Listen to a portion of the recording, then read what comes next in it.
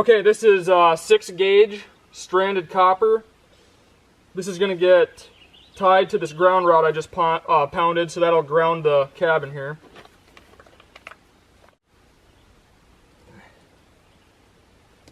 Tighten this up pretty aggressively. And I'll have to get a wrench and snug it up a little more, and then I will bury this copper wire here that goes into the panel.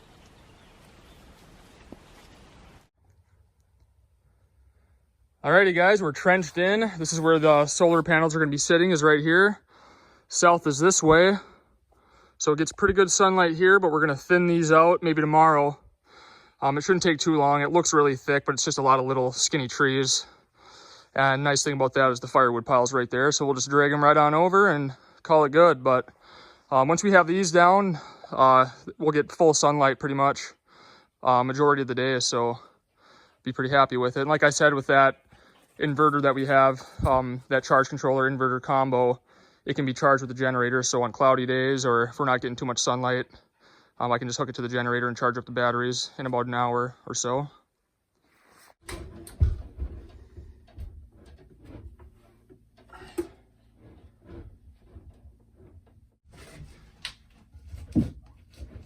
And it does say to have 8 inches of clearance to your other wall too, so.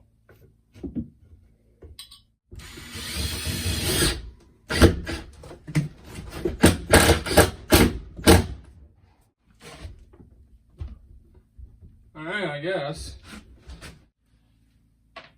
Alright, so what I'm gonna do now here is just mount my breaker or fuse for the from the solar panels.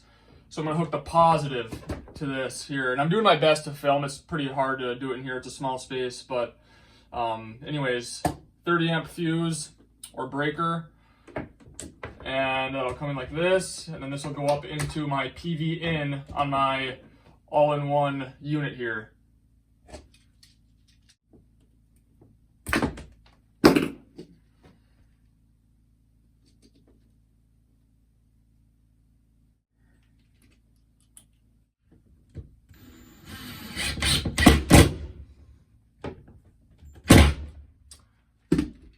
That's where I'll put that. So again, this is my positive coming from my solar panels. 10-gauge stranded wire, 30 amp breaker. And it's the positive side. So that's gonna come up into here, but I'm not gonna hook this up yet because this thing will operate. I'm gonna get the batteries situated in here, and then we're gonna hook that up into the unit here, and that should power it up. And then I'm gonna wait to hook the solar panels up. I just wanna make sure the unit works and everything before we get too wild, because if this doesn't turn on or there's a defect or something and I gotta send it back, that would be a bummer if I had everything all done and pretty and then had to take it apart. So anyways, we're just gonna wait, make sure it works, and just hook the batteries up to it first, and then we'll worry about hooking the rest of the stuff up here. All right, I'll show you guys what I got going on here. You didn't miss much. I made these cables. That took a little bit of time, just kind of tedious work. This is 2-aught copper cable. And then I crimped on some connectors here that I got from O'Reilly Auto Parts. But these are there's 4 6-volt golf cart batteries here. And my all-in-one unit here is a 24-volt. So I need a 24-volt battery, but so by connecting these in series, by going negative to positive, negative to positive, negative to positive here, that combines them all, and basically this is one big 24-volt battery now. Because I got 4 6-volt batteries, I combined them all, so 6 times 4 is 24, so it's basically one big 24-volt battery now. And then I'm left with a negative here, which is going to go up to the negative on the unit, and then a positive here that's going to go up to the positive on the unit. So pretty simple, pretty straightforward, but I'm excited to turn on the unit and see how it works. All right, everything's landed here in the 120 panel. So this is going to be our main here, just a 30 amp breaker. We got bedroom, kitchen, bathroom, stove, and that's it for that side. This side we are going to have the mechanical room, but that's this room, which isn't finished yet, so The wires ran, but there's no need for the breaker quite yet, so I just have it capped, and then same for the loft, because we don't know exactly what we're doing up there yet either. And then I have, these are 8-gauge wires that come down into the inverter here. So this will, once it converts the DC to 120, it'll bring it in here, comes up, one goes to the neutral, and then one comes into my main breaker here. It's just a 30 amp breaker. But this needs to be re-identified. I need to get white electrical tape and tape this, but you can only buy it 25 feet at a time. And that's all I needed. So I just got one color, but I'll just re-identify it and tape it white. That way, if anybody besides me is ever messing with this, they know that that's the neutral. And then this is my ground wire that comes down underneath, and that's connected to the ground rod that's pounded into the ground. All right, so again, here's a quick recap. I'm reusing this panel. I got this from that resort when they were tearing it down. So these are all my circuits here, of course. These I'll have to get blanked. I'll have to get some blanks for those, but coming from the panel, we come into the inverter here. And then this right here, which is the main reason I got this thing, is you can hook a generator to this. And this will charge your batteries on days where it's cloudy and you're not getting much sun, so during the winter, which is really nice. Other than that, all these batteries are connected in series, so positive to negative. And I'm getting ready to flip this thing on. These are my cords right here. They go to my solar panels, but we don't have the solar panels hooked up yet, but that's okay because we can still run stuff and charge it with this here. But I need to build a stand and everything and make my MC4 connectors still, which I'll be working on maybe tomorrow, and then we'll get the panels hooked up and see how those perform. But for right now, this system should be able to operate. So let's turn it on and see what happens here. And everybody that I've seen, I was researching this, says that this thing beeps really loud when you turn it on, and it's kind of scary. Like you think something's gonna blow up, so we'll see. It's not too bad. Well, it works, that's good.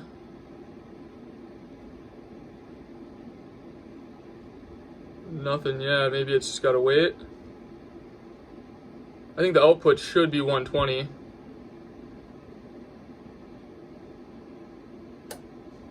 Oh, there it went, okay, cool. So now I'm getting 120 through these here into the panel, but I don't have the main breaker turned on, so we're gonna do that. So hopefully this doesn't blow up. They teach you in electrical school to stand off to the side when you turn this on, so in case there's an arc flash, it doesn't hit you in the face. Well, nothing popped, that's good. Now it's on. I do have, this is the living room here. I'm gonna flip this on. I have one outlet there that we can test. Okay, let's go check it. I got my plug tester here, which will tell us if things are wired up correctly. So yep, we're hot and everything is correct. So good deal. All right, here's where we're sitting. The batteries are at 24.8 volts. So, and we do have power. I'll show you guys. Look at this, man, no generator going. How cool is that? All right, I just plugged in my AC input into my generator here, which is running outside, and it's charging, man. That's cool. Really cool. That's all. This thing's perfect for us. Cloudy days, we can start, fire up the Jenny and charge it up. See the input's 120 there. It's pretty sweet. Really excited about this. Well, we have the solar panels hooked up and ripping.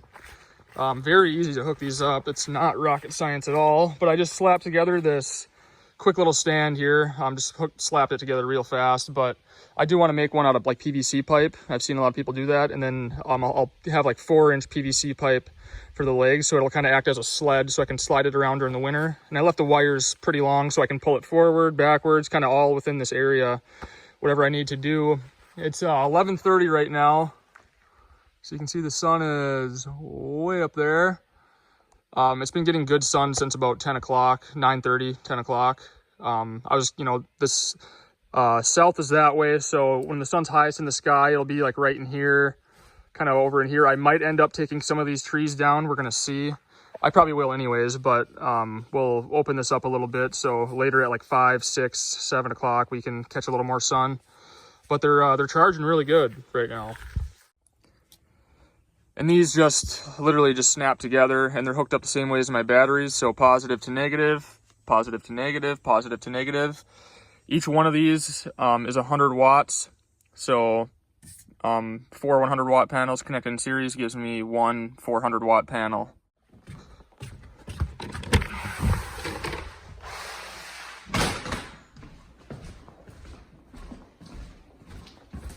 So in here, our little mech room, our propane water heater will go on this wall actually, and then it's gonna be vented out that way. But yeah, here's the battery bank, everything, which you guys saw. And this right here, our little stats. So now it shows, before the panel wasn't on here. Zoom in here so you can see it. This wasn't showing up because it was just running strictly off the battery. But now it's sensing the panels and it's charging right now. So you can see right here, it shows charging, which is cool.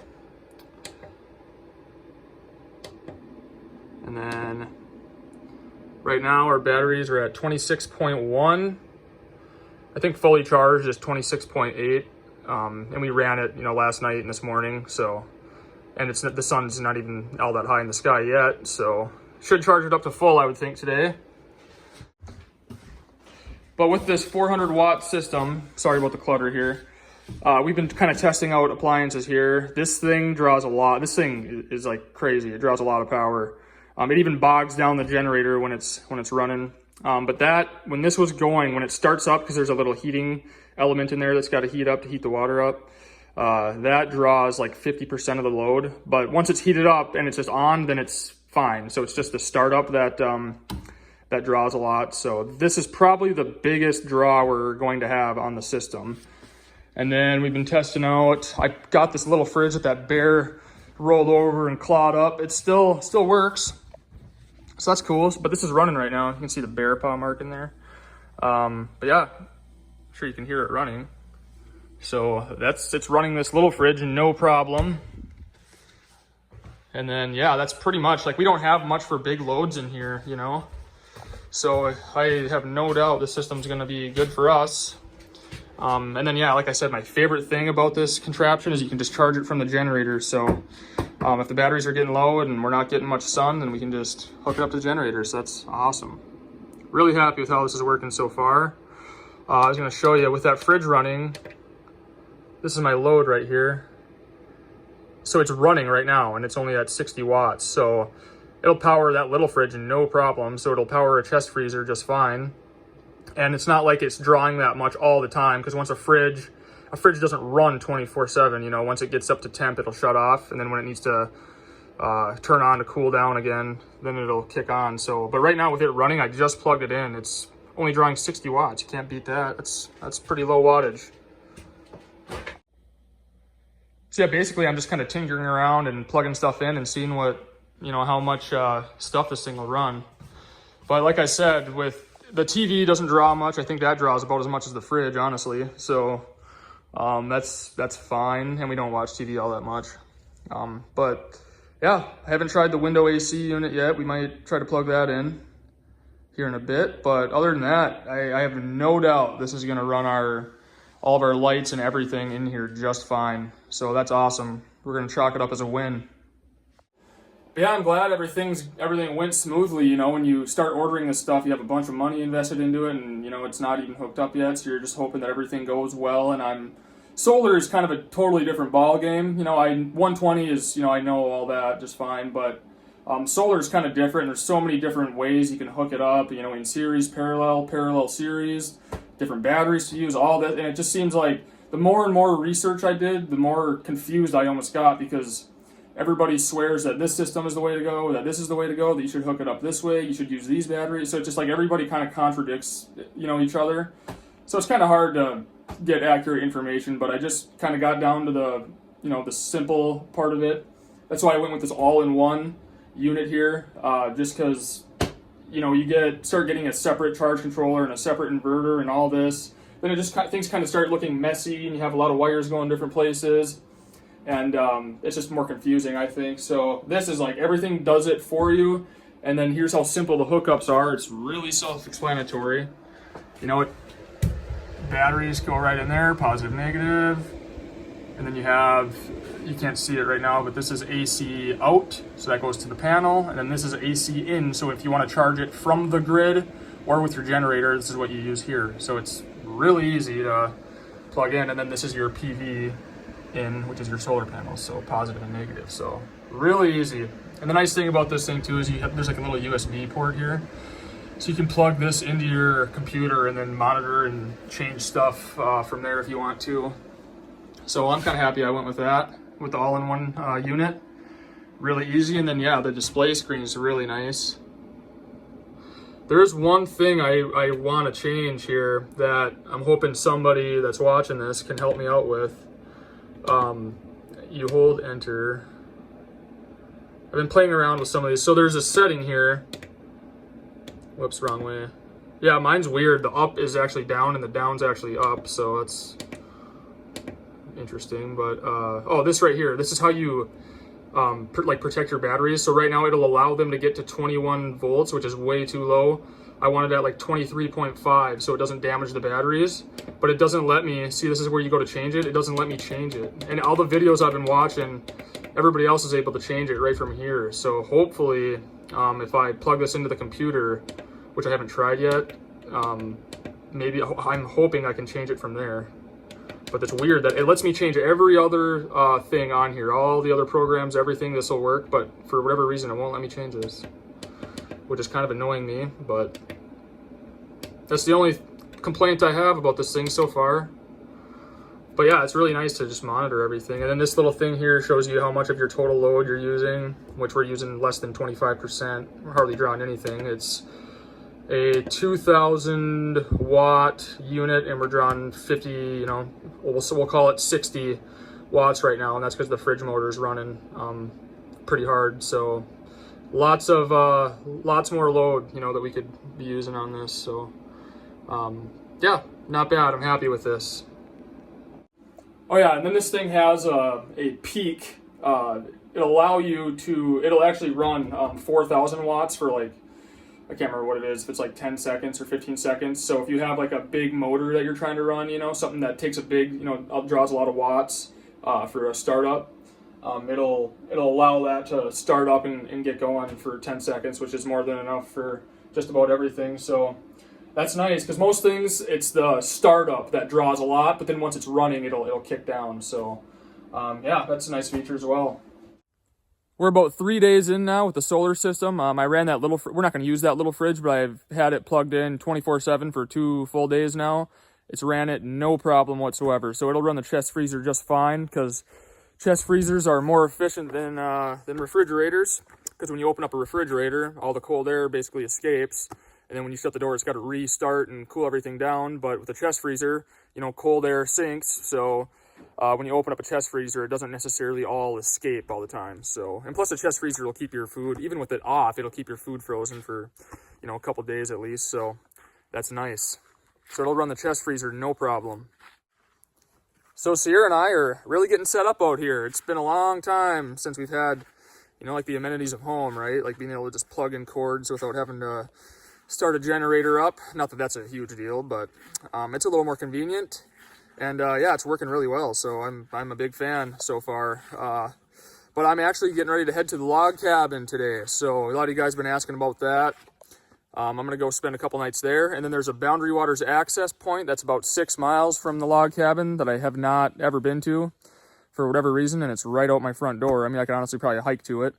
But so I'm gonna head in there, spend a few days in there in the wilderness by myself. I got to stop and get my permit so I can enter. And yeah, just gonna do about a 20-30 mile trip in there. Just the kayak and one bag is all I'm bringing. So it'll be a pretty fun wilderness excursion. I'm gonna paddle way in there, so should be a good time. So stay tuned for the next video, and thanks for watching. It's nice being set up out here.